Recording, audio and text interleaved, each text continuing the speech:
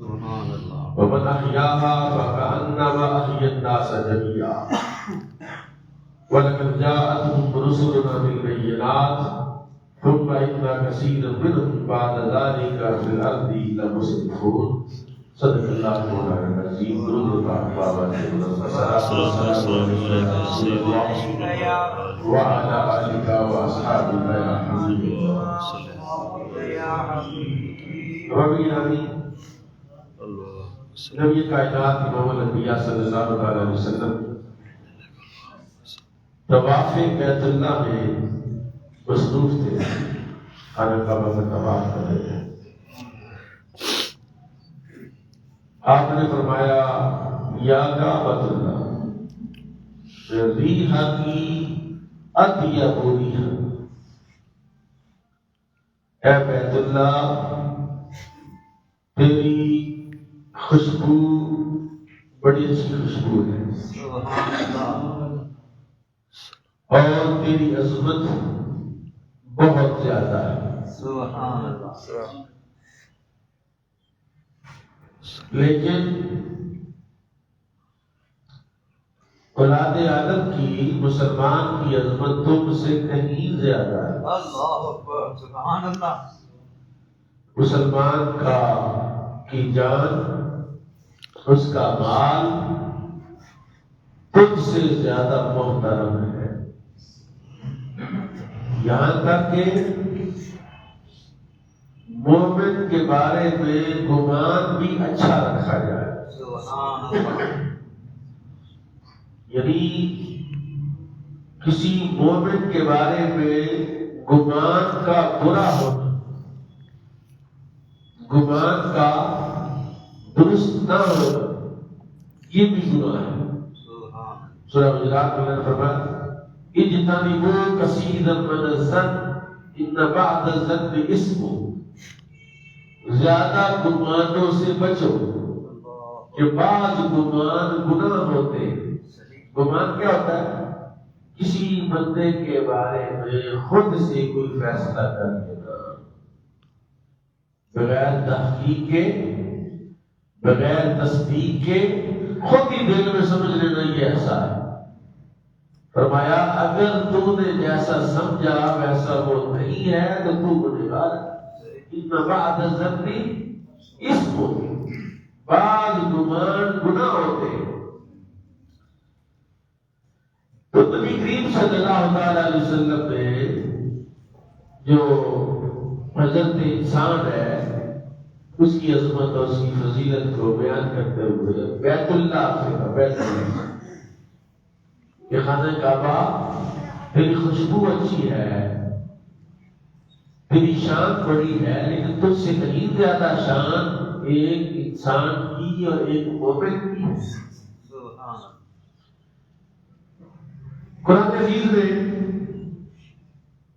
جناب آدم علیہ السلام کی اولاد کے بارے میں یہ بات فرمائی ہے. لَقَدْ وَلَقَدْ كَرَّمْنَا بَنِي آدَمَ، ہم نے اولاد آدم کو عزت دی. وَلَقَدْ كَرَّمْنَا بنی آدم. اب اولاد آدم میں یہاں کوئی تخصیص نہیں کی کہ اولاد آدم کا کوئی بندہ بزرگ ہو تو اس کی عزت ہے، کوئی مومن ہو تو اس کی عزت ہے، کوئی نمازی ہو تو اس کی عزت ہے، کوئی متقی ہو تو اس کی عزت. وَلَقَدْ كَرَّمْنَا بنی آدم، جو آدم کی اولاد ہے اللہ کہتا ہے ہم نے اسے عزت عطا فرمائی. سبحان اللہ. وَحَمَلْنَاهُ فِي الْبَرِّ وَالْبَحْرِ، خشکی اور تری پر ہم نے اسے دسترس عطا فرمائی ہے. حَمَلْنَاهُ، حمل کا معنی ہوتا ہے اٹھانا، ہم نے اٹھایا ہے اس کو، یعنی اس کی عظمت اور شان جو دنیا میں ہے یہ ہم نے بڑھائی ہے. اللہ کہہ رہا ہے وَحَمَلْنَاهُ فِي الْبَرِّ وَالْبَحْرِ، خشکی میں بھی وہ محترم ہے اور تری میں یعنی سمندروں میں جو جاتا ہے. اتنی بڑی بڑی بلائیں ہیں پانیوں کے اندر، سمندروں کے اندر، جس کو ابھی تک کسی آنکھ نے دیکھا نہیں کیا ہے. ان پر بھی اولاد آدم کی عزت ہے، ان پر بھی بندے کا روب ہے. اور بندے کا مرتبہ ان میں بھی سب سے بلند ہے. اور فرمایا وَرَزَقْنَاهُم مِّنَ الطَّيِّبَاتِ، اور ہم نے ان کو رزق دیا پاکیزہ چیزیں، اچھی اچھی چیزیں کھلائی ہیں. سبحان اللہ. آپ دیکھیں چوپائے کیا کیا کچھ کھا جاتے ہیں، پرندے کیا کیا کچھ کھا جاتے ہیں، حشرات الارض جو ہے کتنی اللہ کی مخلوق ہے. لیکن اللہ کی مخلوق میں سب سے بہترین مخلوق اور بہترین خلق جو ہے وہ انسان ہے. یہ پاک کھاتا ہے، پاکیزہ کھاتا ہے، طیب کھاتا ہے.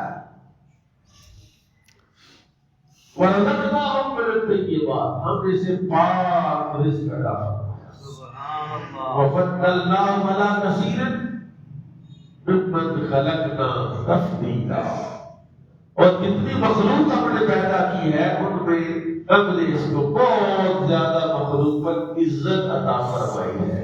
اس عمل کی وجہ سے نہیں کہ بھائی آدم کا فلاں بچہ جو ہے وہ نمازی ہے تو ہم نے اس کو مخلوق پر عزت دی ہے، فلاں جو ہے وہ حاجی صاحب ہے اس لیے عزت دی ہے، فلاں جو ہے وہ صدقہ و خیرات بہت کرتا ہے تو عزت دی. وَفَضَّلْنَاهُمْ، ہم نے ان کو اولاد آدم کو فضیلت دی علی کثیر ممن خلقنا، جو ہم نے پیدا کیے ان میں سے اکثریت پر ان کو عزت دی ہے تفضیلا، بہت زیادہ عزت دی ہے. ایک جگہ پر قرآن عزیز میں اللہ نے ارشاد فرمایا هو الذی خلق لکم ما فی الارض جميعا. میں قرآن پڑھ رہا ہوں، مجھے امید ہے کہ آپ میری تلاوت پر آپ اس کو قرآن کو سمجھنے کی بھی کوشش کریں گے اور آپ اس کا احترام بھی کریں گے اور اس کا اکرام بھی کریں گے کہ قرآن عزیز جو ہے جس مضمون کو میں نے آج چھیڑا ہے، قرآن اس کے بارے میں کیا کہتا ہے؟ اللہ کہتا ہے وَالَّذِي خَلَقَ لَكُم مَّا فِي الْأَرْضِ جَمِيعًا، وہ اللہ جس نے تمہارے لیے پیدا کیا ہے مَا فِي الْأَرْضِ جَمِيعًا، زمین میں جو کچھ ہے سارا اللہ نے تمہارے لیے پیدا کیا. سبحان اللہ. کیا ہے زمین میں؟ مشرق سے مغرب، شمال سے جنوب، پہاڑ ہے، صحرا ہے، پانی ہے. اس کے اندر اللہ تعالیٰ نے رزق رکھے ہیں، اس کے اندر اللہ تعالیٰ نے مناظر رکھے ہیں. وہ کہتا میں نے بنائی تمہارے لیے.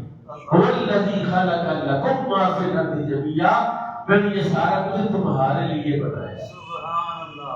سبحان اللہ. ایک حدیث میں پڑھ رہا تھا اللہ میرے آقا نے ارشاد فرمایا، اللہ کے حدیث قدسی ہے، اگر سارے کے سارے بندے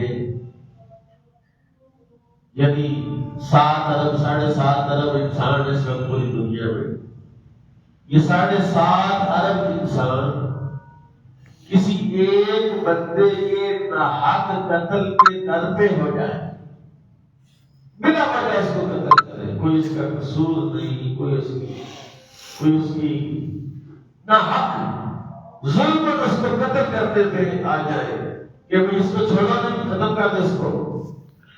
کتنے بندے؟ 7.5 ارب بمقابلہ ایک بندہ.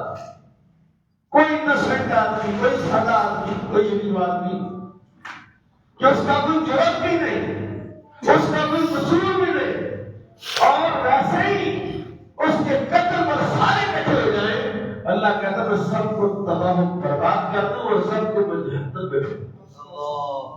کہ میرا بندہ میں نے پیدا کیا، اس کو تم نے قتل کیا. 7.5 ارب انسان کو اللہ کہتا ہے میں جہنم میں ڈال دوں گا کہ میں ایک بندے کو ناحق قتل کیوں کیا.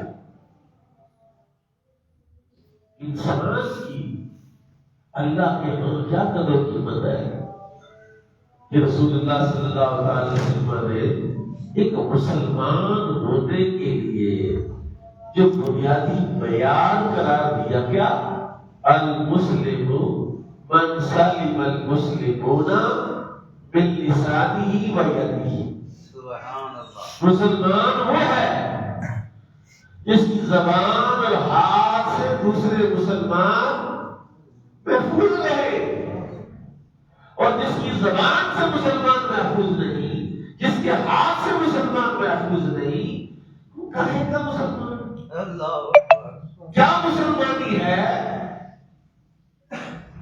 میرے آقا تو وہ کوئی اور چیپٹر چلا جائے کسی اور طرف کو نکل جاؤں گا، لیکن میں حدیث سنا جاؤں کہ نبی کریم صلی اللہ تعالی علیہ وسلم جب فتح مکہ کے لیے تشریف لا رہے تھے تو رستے میں ایک جگہ پر ایک کتیا نے بچے دیے ہوئے تھے، قافلہ اونٹوں پر تھا، گھوڑوں پر تھا، اور اونٹ پر بہت اونچائی ہوتی ہے، بندے کو نیچے پتہ نہیں چلتا کیا چیز ہے، اور جب وہ دوڑ رہے ہوتے ہیں، تیزی کے ساتھ چل رہے ہوتے ہیں تو کئی چیزیں ہوتی جاتی ہیں۔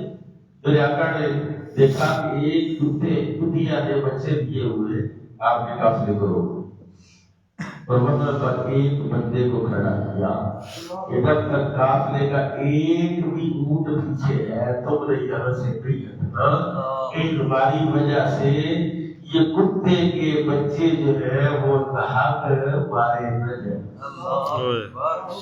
ایک جان کی قیمت، ایک جان کی۔ هو الذی خلق لکم ما فی الارض، یعنی آپ ایک طرف انسان کو رکھے ہیں، دوسری طرف ساری مخلوق کو، پہاڑ ایک طرف رکھ لیں، آپ دریا ایک طرف رکھ لیں، آپ صحرا ایک طرف رکھ لیں، آپ میدانی علاقے ایک طرف رکھ لیں، اور جو کچھ اس میں ہے وہ کہتا ہے میں نے تمہارے لیے پیدا کیا۔ سبحان اللہ، دیکھو نا اتنی شان ہے اللہ کی جو ایک سنتے میرے کریم آقا کی حدیث ہے، حضور نے فرمایا من کرب مسلما من قراب الدنیا، جو کوئی بندہ کہ کسی مسلمان کی دنیا کی مصیبت کو دور کر دے، میں رب العالمین قیامت کو اس کی مصیبتوں کو دور کر دوں۔ سبحان اللہ، سبحان اللہ۔ دنیا کی مصیبت کیا ہو سکتی ہے؟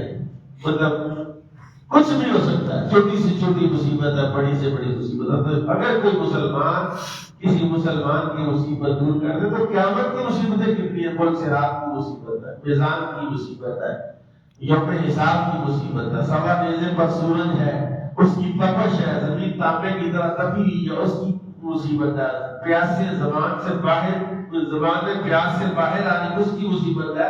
اللہ کہتا ہے میں رب العالمین وعدہ کرتا ہوں تم میرے کسی بندے کی مصیبت دور کرو، قیامت کی مصیبت سے میں دور کروں۔ سبحان اللہ، سبحان اللہ۔ یہ ایک انسان کے لیے دوسرے انسان کا احساس ہے، اور فرمایا ما کان العبد فی عون اخیہ، ما کان العبد فی عون اخیہ، جب تک بندہ اپنے مومن بھائی کی مدد میں لگا رہتا ہے، کان اللہ فی عونہ، اللہ اس بندے کی مدد میں لگا رہتا ہے۔ سبحان اللہ، سبحان اللہ۔ یعنی آپ اگر کسی بندے کی مدد میں لگے ہوئے ہیں، کسی کی ضرورت پوری کرنے کے لیے آپ نے گھنٹہ دیا، 2 گھنٹے، سارا دن ایک بندے کے لیا، بعد میں دیا، کیا مصیبت ہے، اس کے لیے میں نے اپنا سارا دن ضائع کر دیا، میں نے اس کے لیے دیکھو میرا کتنے ضروری کام تھے وہ رہ گئے تو میں نے ان کو چھوڑ دیا۔ فرمایا نہیں، تو جب تک اس بندے کی ضرورت کے پورا کرنے میں لگا ہوا ہے، اللہ تیری ضرورت کے پورا کرنے میں لگا ہوا ہے۔ آپ اپنی قوت کو دیکھ لیں، اپنے اختیارات کو دیکھ لیں، آپ کیا کر سکتے ہیں اور وہ کیا کر سکتا ہے؟ سبحان اللہ۔ نہیں، اللہ کیا کر سکتا ہے؟ وہ اللہ علی کل شیء قدیر ہے، وہ تو ہر چاہے پر قادر ہے، جو چاہے کر سکتا ہے۔ تو آپ اگر کسی انسان کی مدد میں لگے ہوئے ہیں تو جب تک آپ اس کی مدد میں مصروف ہیں تب تک اللہ آپ کی امور اور آپ کے معاملات کو بگڑنے نہیں دیتا کہ آپ کسی کے کام چل کے پیچھے سے آپ کا کام خراب ہو جائے۔ فرمایا کان اللہ فی عونہ، اللہ اس کی مدد میں لگا رہتا ہے۔ اور میرے آقا نے فرمایا، حضور ایک تسلیم الانبیاء صلی اللہ علیہ وسلم کے ایک صحابی شیخ الامہ، اس امت کے پہلے مفسر عبداللہ بن عباس رضی اللہ تعالیٰ عنہ، یا حضرت عبداللہ بن مسعود رضی اللہ عنہ، یہ اعتکاف بیٹھے ہوئے تھے، ماہ رمضان کا اعتکاف، 10 دن جو آخری 10 دن اعتکاف کرتے ہیں۔ تو مسجد میں تشریف فرما کے بندہ آیا، اس نے وضو کیا، 2 رکعت نفل پڑھے اور دعا مانگ رہا تھا، پریشان تھا۔ آپ نے اس سے پوچھا تو کیا بات ہے؟ تو پریشان لگ رہے۔ اس نے کہا جی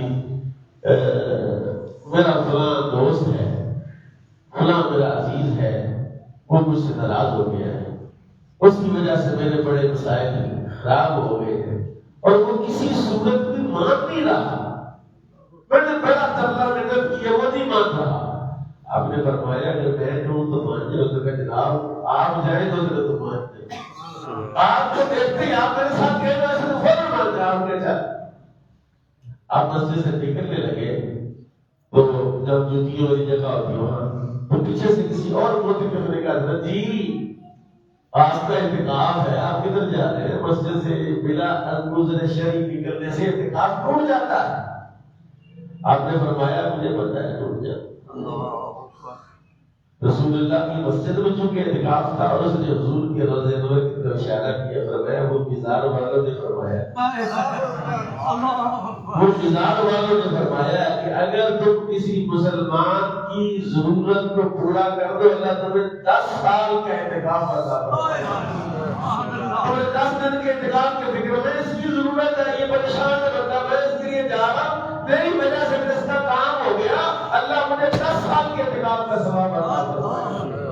یہ ہے بندے کا بندے کے ساتھ جو کنیکشن ہے، ایک لنک ہے، کس لیے؟ اللہ کے لیے۔ سبحان اللہ۔ من احب للہ وابغض للہ وعادى للہ ومنع للہ فقد استكمل الایمان۔ جو اللہ کے لیے محبت کرے، اللہ کے لیے بغض رکھے، اللہ کے لیے عطا کرے، اللہ کے لیے روکے، فرمایا اس کا ایمان کامل ہو گیا۔ سبحان اللہ۔ ایمان کامل ہونے کا کیا مطلب ہے؟ یہ وہ بندہ کامیاب ہو گیا جس کا ایمان کامل ہو گیا تو وہ اس کی زندگی کا مقصد پورا ہو گیا۔ اب آئیے یہ جو حدیث سورہ ہے، آیت مبارکہ سورہ المائدہ کی پڑھی، فرمایا من اجل ذالک، من اجل ذالک، پیچھے 2 بندوں کا قصہ بیان کیا، من اجل ذالک، اس وجہ سے ایسا کہا، من اجل ذالک، وہ قابیل نے حابیل کو قتل کر دیا اور کتنے جو اس کی لاش کندھے پر اٹھا کے روکتا رہا کہ اب چکر کروں کیا، کدھر لگاؤں اس کو جی، تو پریشان تھا۔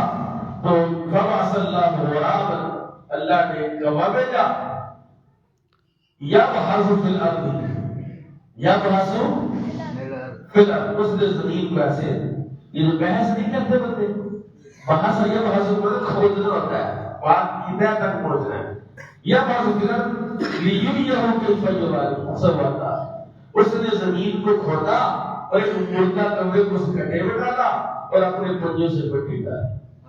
قابیل نے اپنے سامنے ہاتھ مارا، دیکھو یار میں تو کوے سے بھی کیا گزرا ہوں۔ پہلی قبر زمین پر بڑھنے لگے، پہلی قبر، اور یہ قبر کا تصور جو ہے وہ اللہ نے انسان کو ایک کوے کے ذریعے سمجھایا ہے۔ اب یہ سبحان اللہ نہ کہے کوئی بات نہیں، لیکن پہلی قبر کا استاد کون ہے؟ کوہ ہے۔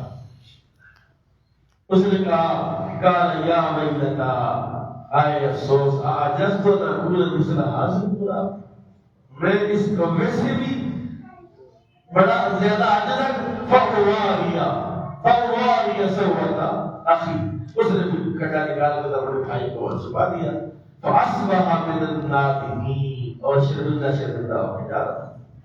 اس کو بیان کرتے کہ من اجل ذالک، اللہ نے من اجل ذالک، اسی وجہ سے اللہ نے فرمایا کہ تب علی بنی اسرائیل، ہم نے بنی اسرائیل پر بھی یہ لازم کیا تھا، کس پر؟ بولو تو صحیح، بنی اسرائیل، بنی اسرائیل پر انہ من قتل نفسا بغیر نفس او فساد فی الارض فکانما قتل الناس جمیعا، کہ جس نے کسی جان کو قتل کیا، ایک بندے کسی ایک جان کو، ابھی میں نے پیچھے 2-3 احادیث آپ کو سنائی ہے کہ رسول اللہ نے فرمایا 7.5 یہ ساری انسانیت ایک بندے کے ناحق قتل کے در پہ ہو جائے، اس کو قتل کر دے، اللہ کہتا ہے 7.5 طرف فرد انسان ہے زمین پر، ان سارے کے ساتھ ایک بندے کے قتل پہ اکٹھے ہو جائے ناحق، اللہ کہتا ہے 7.5 کے 7.5 ارب بندوں کو میں جہنم میں پھینک دوں گا کیونکہ میرا بندہ کیوں مارا ہے، نہ حق میرا بندہ کیوں مارا ہے، میری مخلوق ہے، میں نے پیدا کیا ہے، میں نے اس کو رزق دیا ہے، میں نے اس کو پالا اور پوسا ہے، میں اس کا رب ہوں، میں رب العالمین ہوں۔ ایک بندے کے مقابلے میں پوری انسانیت کی حیثیت اللہ بیان کر رہا ہے کہ انہ من قتل نفسا بغیر نفس، جس نے بلا وجہ ایک جان کو قتل کیا، بلا وجہ ایک جان کو، اور فساد فی الارض، یہ زمین میں فساد برپا کرنے کے لیے اس کو قتل کیا، فکأنما قتل الناس جميعا، سبحان اللہ، فکأنما قتل الناس جميعا۔ ذرا پڑھے گا لفظ پڑھے میرے ساتھ، قرآن کے لفظ ہیں، اللہ کا کلام ہے، فکأنما قتل الناس جميعا، گویا اس نے ساری انسانیت کا قتل کر ایک بندے کو مارا ہے۔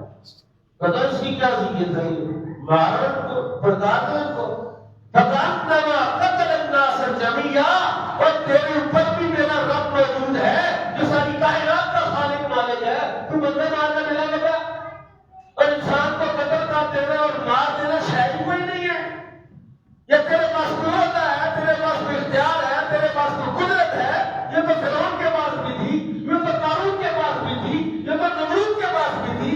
اللہ کہتا ہے ایک بندہ مارا نا پوری انسانیت کو قتل کر دیا، فکأنما قتل الناس جميعا، ساری انسانیت کا قتل کیا ہے، ومن احیاها، اس کا مفہوم مخالف بھی دیکھیے، اللہ کہہ رہا ہے دونوں چیزیں، کہا جس نے ایک بندے کی جان بچائی، ومن احیاها، ایک بندہ بچایا، فکأنما احیا الناس جميعا، گویا اس نے ساری انسانیت کو بچایا ہے۔ سبحان اللہ، گویا مجھے یہ کہنے دیجیے کہ اللہ یہ فرما رہا ہے میرا ایک بندہ بچا لو، میں ساری انسانیت بچانے کا ثواب دو گا، سبحان اللہ، میرا ایک بندہ مرنے سے بچاؤ، یا اللہ تعالیٰ ایک بندہ، بندے تو 7.5 ارب بندے مرتے ہی رہتے، روز مرتے رہتے ہیں، پر میں مرنا اور ہے، مارنا اور ہے، مرنے کی تو تقدیر میں نے لکھی ہے، کل نفس ذائقۃ الموت، موت میں نے لکھی ہوئی ہے، لیکن تجھے کیا اختیار ہے کہ تو میرے بندے مارے، میرے بندوں کا قتل کرے، اور میرے بندوں کے قتل پر تمہیں پشیمانی بھی نہ ہو، پریشانی بھی نہ ہو، تکلیف بھی نہ ہو۔ اور پھر میں یہ کہنا چاہتا ہوں کہ آپ حضرات اور میں بھی ساتھ شامل ہوں، ہم اگر کسی قاتل کے قتل پر خاموش بیٹھے، یہ بس مجھے بتایا، میں آپ سے پوچھنا چاہتا ہوں، سمجھنا چاہتا اس بات کو کہ ہمیں پتہ چل جائے کہ یار یہ بندہ قاتل ہے، یہ بندہ اس نے ناحق بندہ مارا ہے، یہ قاتل ہے، ناحق مارا ہے، تو ہم اس پر خاموش رہیں،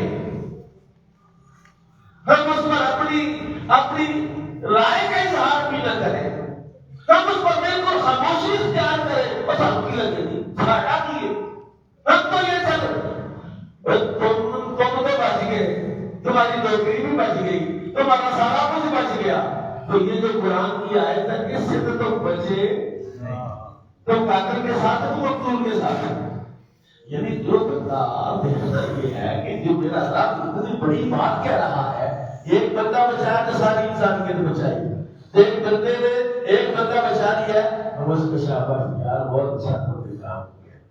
یہ قرآن شریف میں بھی آیا ہے کہ ایک بندے کو بیٹا 7.5 ارب انسانوں کو تم نے بچایا، دیکھو یار تو بڑا عظیم آدمی ہے، اس کے مقابلے اس ایک بندے نے ایک بندہ مار دیا، ناحق مار دیا، زیادتی کی مار دیا، تو ہم کہیں کہ یار تو نے زیادتی، تو نے کیا کیا ہے؟ نہیں، یہ غلط ہے، یہ ہم پہ حمایت ہے تیرے لیے، ہم نہیں کھڑے ہو سکتے، تیری آواز میں نہیں کھڑے ہوں گے، اور کل قیامت میں اس کا حساب دینا ہے کہ قرآن کیا کہتا ہے؟ قرآن کہتا ہے، اسی سورہ مائدہ کی پہلے رکوع کی آیت ہے، اللہ کا قرآن کہتا ہے کہ تم کیا کرو، فرمایا تعاونوا علی البر والتقوی ولا تعاونوا علی الاثم والعدوان، نیکی اور بھلائی کے کاموں میں تعاون کرو، گناہ اور بے حیائی کے کاموں میں تعاون یعنی گناہ میں آپ کس کس کے شریک ہیں؟ کون کون بندہ شریک ہے قتل میں؟ پورے گاؤں میں ایک قتل ہوا، قاتل کا بھی پتا ہے، اور قتل ہونے سے پہلے چند لوگ اس کو بچا بھی سکتے تھے اگر اپنا کردار ادا کرتے، اور قاتل کو روک سکتے تھے، اور وہ جو روک سکتے تھے اگر انہوں نے روک لیا ہوتا تو اللہ ساری انسانیت کے قتل کے روکنے اور بچانے کو اجر عطا فرماتا۔ لیکن اگر ساری انسانیت وہ 10 لوگ ہیں جو بچا سکتے تھے اور نہیں بچا سکتے تو انہیں مارو، یہ لگا یہ نماز نہیں چاہیے۔ تو سنو، کسی انسان کو اللہ نے کسی بندے کو مارنے کا اختیار نہیں۔ وہ جو نمرود کے ساتھ ابراہیم خلیل اللہ کا ایک مکالمہ ہوا تھا، أَلَمْ تَرَ إِلَى الَّذِي حَاجَّ إِبْرَاهِيمَ فِي رَبِّهِ أَنْ آتَاهُ اللَّهُ الْمُلْكَ إِذْ قَالَ إِبْرَاهِيمُ رَبِّيَ الَّذِي يُحْيِي وَيُمِيتُ۔ ابراہیم علیہ السلام نے کہا میرا رب زندہ بھی کرتا اور مارتا بھی۔ اس نے کہا انا احیی و امیت، دیکھو میں بھی مارتا زندہ کرتا۔ دو بندے جیل سے ہوا، ایک کو مار دیے، ایک کو چھوڑ دیا، کہ تو میں نے مارا اور زندہ کیا۔ آپ نے سوچا کہ کیا آدمی ہے اس کو مارنے اور زندہ کرنے کا، اس کو مفہوم ہی نہیں آتا۔ خدائی کا دعویٰ کر لیا اور مادی مانی گئی ہے، اسے یہ نہیں پتا کہ اللہ جو زندہ کرتا ہے تو کیسے زندہ، یخرج الحی من المیت ویخرج المیت من الحی۔ میرا اللہ مردوں سے زندہ بناتا ہے اور زندوں سے مردہ پیدا کرتا ہے۔ تو میں تو یہ کہہ رہا تھا کہ میرا اللہ اتنا عظیم ہے کہ وہ مردہ سے زندہ پیدا کرتا ہے اور زندہ سے مردہ پیدا کرتا ہے، اور تو نے دو بندے جیل سے اٹھا کے قتل کر دیے اور مار دیے، اور تو بڑا پاٹے کا بڑا پھرتا کہ میں بادشاہ ہوں۔ انہوں نے کہا اچھا میرا رب وہ ہے جو مشرق سے سورج غروب کرتا ہے، مغرب میں غروب کرتا ہے، سبحان اللہ، مغرب سے سورج غروب کرتا ہے۔ اب جیل سے بندے ہوا بلا کے دو ایک مارنے چھوڑنا تو آسان ہی کام تھا، اب کیسے جناب سورج چڑھاتا؟ فبہت الذی فبہت الذی، مقہور ہو گیا، کافر پریشان ہو گیا کہ یہ میں نے کیا کر لیا ہے۔ تو میرا آج کا مضمون یہ ہے کہ انسان کی حیثیت اللہ کے کیا ہے، گنہگار ہوتا رہے اس کا اس کے نام کا معاملہ ہے، بدکار ہے، فاسق ہے، فاجر ہے، شرابی ہے، زانی ہے، کیا ہے کیا نہیں ہے، اس کا اس کے اللہ کا معاملہ پتہ نہیں کیا کرے وہ۔ لیکن تجھے مارنے کا اختیار کس نے دیا ہے، تجھے قتل کا اختیار کس نے دیا؟ میں ایک حدیث سناتا ہوں آپ کو، آپ کو دلچسپ آ جائے۔ میرے آقا قاضیوں کو، یہ جو قاضی نہیں ہوتے ججز، قاضی جج، ان کو آپ انسٹرکشن دے رہے تھے کہ بھئی تمہارے فیصلہ کیسے کرنا ہے۔ آپ نے فرمایا کہ شبہات پیدا کر کے جو بندے مارنے نہیں بچھاڑے، جب گواہیاں پیش ہوں، گواہوں پر جرا کرنی ہے اس طرح سے کہ بندے کم سے کم مرے۔ کوئی شبہ پیدا ہو جائے تو شبہ پر قابل نہیں، یہ گواہی نہیں دے سکتا، یہ گواہی رد کر دینی ہے تاکہ وہ بندہ بچ جائے۔ میرے بندے، میرے رب کے بندے مارنے نہیں ہیں، بچانے ہیں۔ قاضیوں تم نے بندے بچانے ہیں۔ یعنی قاضی کی بنیادی ذمہ داری کیا ہے کہ وہ حدود اللہ کا دفاع کرے، جرائم پر فیصلے کرے، جرم کی سزا دے، مجرم کو نہ چھوڑے، ظالم کو نہ چھوڑے۔ لیکن جب کسی بندے کی جان کا معاملہ ہو، کسی بندے کی جان کے جانے کا معاملہ ہو، فرمایا پھر شبہات پیدا کرو تاکہ بندے کی جان بچ جائے۔ بندہ مارنا تو کوئی چیز ہی نہیں رہی ہے۔ میرے آقا نے فرمایا ایک ایسا زمانہ آئے گا کہ قاتل کو یہ نہیں پتا ہوگا میں قتل کیوں کر رہا ہوں، اور مقتول کو یہ نہیں پتا ہوگا مجھے قتل کیوں کیا جا رہا ہے۔ تو ہم دیکھ رہے ہیں 1440 سال پہلے میرے نبی نے جو فرمایا ہم اپنی آنکھوں سے دیکھ رہے ہیں۔ ہمیں اپنے نبی کے علم پر فخر ہوا کہ میرا نبی 1440 سال کے بعد کے حالات کو بھی دیکھ رہا ہے۔ سبحان اللہ۔ لیکن ہم کس کے ساتھ ہیں؟ ہم کس کے ساتھ ہیں؟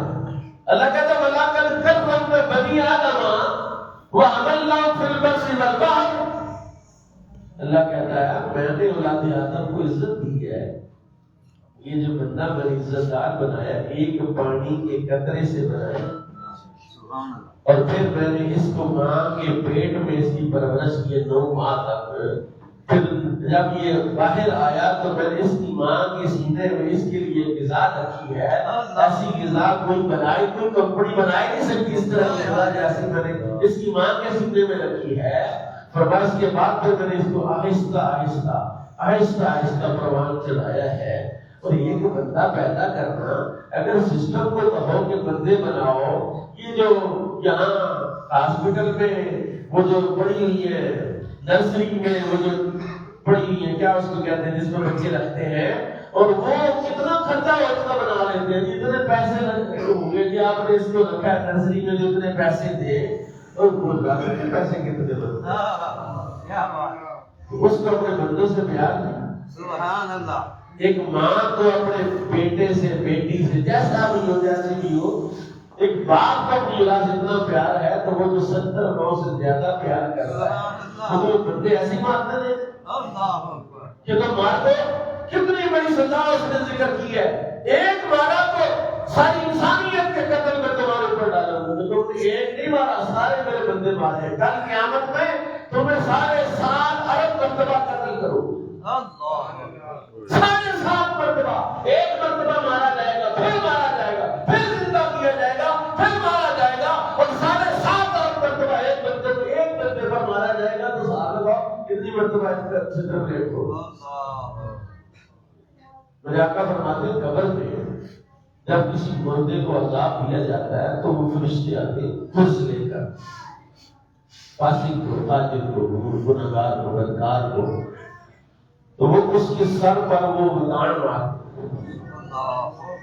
اس کا سر پچک جاتا بالکل ایسے، اور تھوڑے ہی لمحوں میں دوبارہ وہ سر پھر صحیح ہو جاتا ہے۔ اب ایک مرتبہ مدان مارنے پر جو درد اور تکلیف ہوئی تھی، اب اس کے لیے دوبارہ تیاری کی جائے۔ وہ روتا ہے، پیٹتا، فرمایا مجھے مارنے والے کے کان بھی نہیں ہے اور ان کی آنکھیں بھی۔ تو ڈرو کوئی خدا سے کرو یار، اللہ کے بندوں، انسانوں کو، پاکستانیوں کو تم کیوں مار رہے ہو؟